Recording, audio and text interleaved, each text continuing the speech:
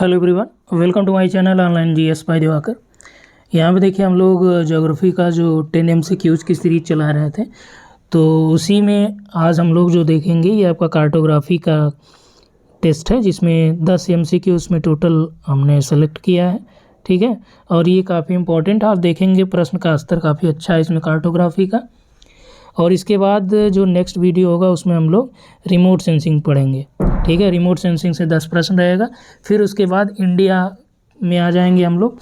और दूसरी चीज़ ये कि यहाँ पे देखिए जो आपका DSSB हो गया, ठीक है, और आपका जो है NBS, KVS और आपका UPHESC, ठीक, इसके जो जैसे आपका हरियाणा पब्लिक सर्विस कमीशन से जो असिस्टेंट प्रोफेसर का हुआ है उसका टोटल जो प्रीवियस ईयर पेपर का सॉल्व मिलने वाला आपको, ये आप वनडे जंक्शन चैनल सर्च कर लीजिएगा, उस पर मिलेगा। ठीक है, अभी टोटल अपलोड नहीं हुआ है, अभी उस पर यहाँ पे आपको काफ़ी प्रीवियस ईयर मिल जाएंगे। साथ ही साथ प्रैक्टिस सेट भी इस पर आपका अपलोडेड है, वो भी आप देख लीजिए। इसके अलावा इस चैनल पे आपको 200 आपका फिजिकल ज्योग्राफी का सॉल्व है। ठीक है, फिजिकल ज्योग्राफी का ये आपका जो UPSC में पूछे गए प्रश्न हैं, 200 ये हैं, 200 इंडिया वाले हैं, वो भी UPSC के ही हैं, और 100 के समथिंग आपके होंगे वर्ल्ड ज्योग्राफी के। ठीक, तो ये टोटल सॉल्व जो है किस पे आपका है, वनडे जंक्शन पे है। आप इसमें और बैक जाके देख लीजिएगा। इस पर मेंस के लिए भी कुछ MCQs कराए गए हैं। MCQ क्या है, मेंस के पर्पज़ से क्वेश्चन उस पर कराए गए जो UPPCS या UPSC में पूछे गए हैं। ठीक, तो इस चैनल पे आप विजिट करके इसको देखिए और इस चैनल को सब्सक्राइब करिए और अपने मित्रों तक शेयर करिए, क्योंकि मैक्सिमम जो आपका PYQ रहेगा, जितने प्रीवियस ईयर के क्वेश्चन रहेंगे वो आपको किस पे मिलने वाले हैं, वनडे जंक्शन पर मिलने वाले हैं। इसको आप बैक जाके इसमें चेक कर लीजिएगा। ठीक है, तो चलिए यहाँ पे स्टार्ट करते हैं हम लोग। और यदि आप इस चैनल पे पहली बार आ रहे हैं, चैनल को सब्सक्राइब कर लीजिए, और हमारे बैच से जुड़ना चाह रहे हैं तो आप यहाँ से जुड़ सकते हैं। इस नंबर पर व्हाट्सअप करके कंप्लीट यहाँ पे डिटेल मिल जाएगा। और देखिए आपका UPHE जो असिस्टेंट प्रोफेसर UP का है, उसका एग्ज़ाम जो है संभावित है फरवरी में। अभी देखिए जब तक शेड्यूल नहीं आ जाता तो वैसे ये माना जा रहा है कि आपका 15 के पहले ही, यानी 10 या 13 में संभावित है कि आयोजित हो। अब देखिए क्या रहता है क्या नहीं, जब तक कंप्लीट शेड्यूल आ नहीं जाता तब तक हम लोग ऑथेंटिक रूप से कुछ नहीं कह सकते। यहाँ पे देखिए आपका मर्केटर प्रक्षेप दिया है कि मर्केटर प्रक्षेप में 21 अक्षांश पर मापक जो है उसका दोगुना हो जाता है। विकल्प आपके पास है 45 डिग्री, 50 डिग्री या फिर 55 डिग्री या फिर 60 डिग्री। ठीक है, तो यहाँ पे पूछ रहा है कि किस पे जो है, किस अक्षांश पे मापक उसका दोगुना हो जाएगा। ठीक है, तो ये आपका जो राइट आंसर हो जाएगा इसमें 60 डिग्री पे जो है इसका दोगुना हो जाता है। और इसमें देखिए कि किसी भी प्रश्न पे आपको कोई डाउट लगे तो आप निश्चित तौर पे कमेंट करिए, क्योंकि गलतियां देखिए सबसे होती हैं, तो संभावित है कि त्रुटियां हो सकती हैं, लेकिन कोशिश किया गया है कि त्रुटियां ना हो। इसके बावजूद भी यदि आपको लगता है कि हाँ यहाँ पे दिक्कत है तो आप निश्चित तौर पे कमेंट करिएगा। ठीक है, पोलर नोमोनिक प्रक्षेप के बारे में कौन सा कथन सही नहीं है। ठीक, यहाँ पे क्या है कि पोलर नोमोनिक, ध्रुवीय नोमोनिक जो प्रक्षेप है उसके बारे में पूछ रहा है कौन सा कथन सही नहीं है। दिया है कि यह एक शुद्ध क्षेत्रफल प्रक्षेप है, इसमें आकृति अधिक विकृत नहीं होती है, यह छोटे क्षेत्रफल के लिए उपयुक्त है, इसमें अक्षांश रेखाएं संकेंद्रित चाप यानी कर्व के द्वारा दिखाई जाती हैं।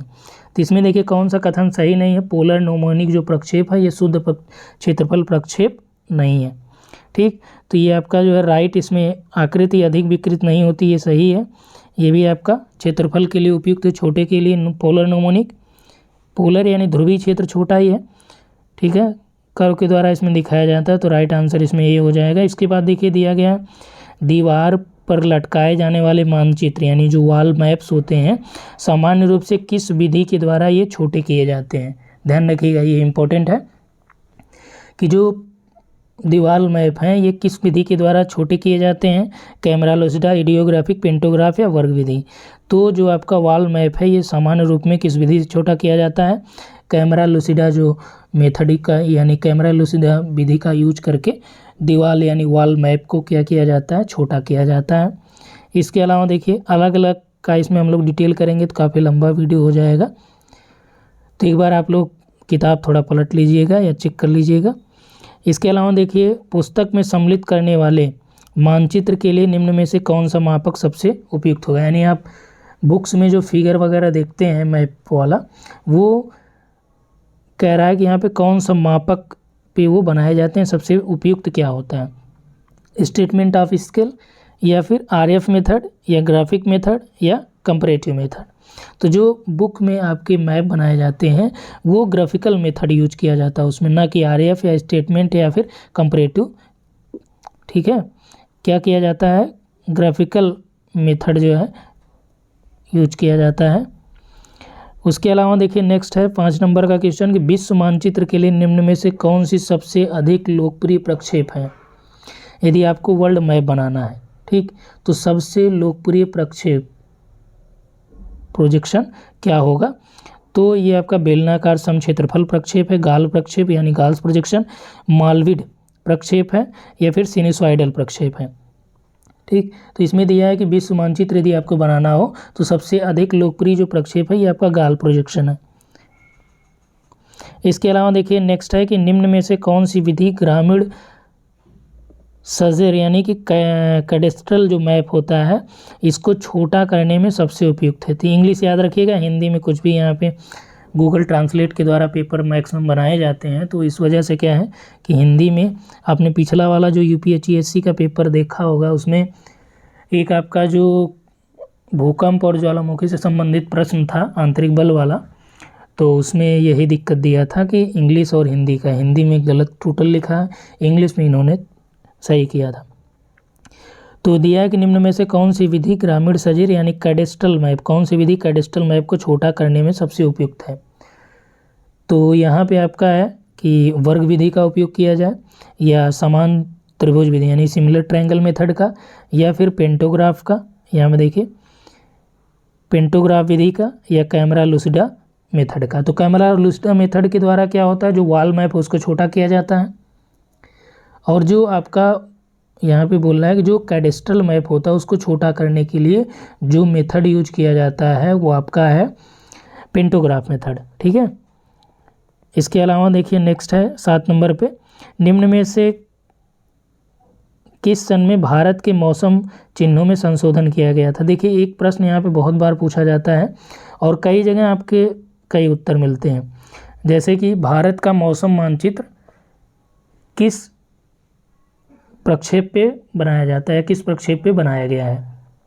ठीक है, तो आप लोग कमेंट करके बताइएगा, और अलग अलग किताबों में अलग अलग उत्तर मिलते हैं। तो ये देखिए भारत के मौसम चिन्हों, जो मौसम चिन्ह है इसमें संशोधन कब किया गया था, 51 में, 57 में, 55 में, 53 में, कब किया गया था ये 1955 में ये आपका मौसम चिन्हों में संशोधन किया गया था। फिर से देख लीजिए, और एक प्रश्न आपको जो बताया गया उसको फिर से दोहरा दे रहे हैं कि जो मौसम मानचित्र है किस प्रक्षेप पे बनाया जाता है।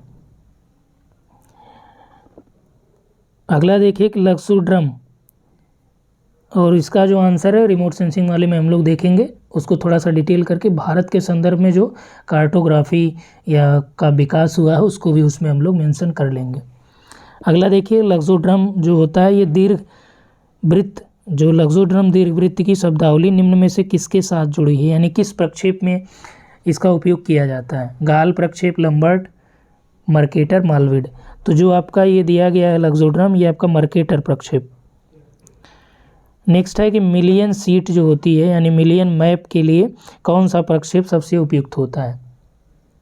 मिलियन मैप के लिए सबसे उपयुक्त प्रक्षेप है बोन प्रक्षेप, बहुशंकुक, अंतर्राष्ट्रीय या मर्केटर। तो बिलियन मैप के लिए जो सबसे, मिलियन सीट के लिए जो सबसे उपयुक्त प्रक्षेप है ये आपका इसमें जो अंतर्राष्ट्रीय प्रक्षेप है। ठीक, इसका उपयोग जो है मिलियन सीट के लिए किया जाता है। अगला, निम्न में से कौन सा एक कथन सही नहीं है, कौन सा कथन इनमें सही नहीं है। अब यहाँ पे देखिए थोड़ा सा इसको छोटा कर लेते हैं। इसमें दिया है कि बार डायग्राम क्षैतिज अथवा लंबवत बनाया जा सकता है। क्या दिया? सही नहीं है। तो बार डायग्राम आपका क्षैतिज या लंबवत बनाया जा सकता है। बार डायग्राम सरल अथवा मिश्रित हो सकता है।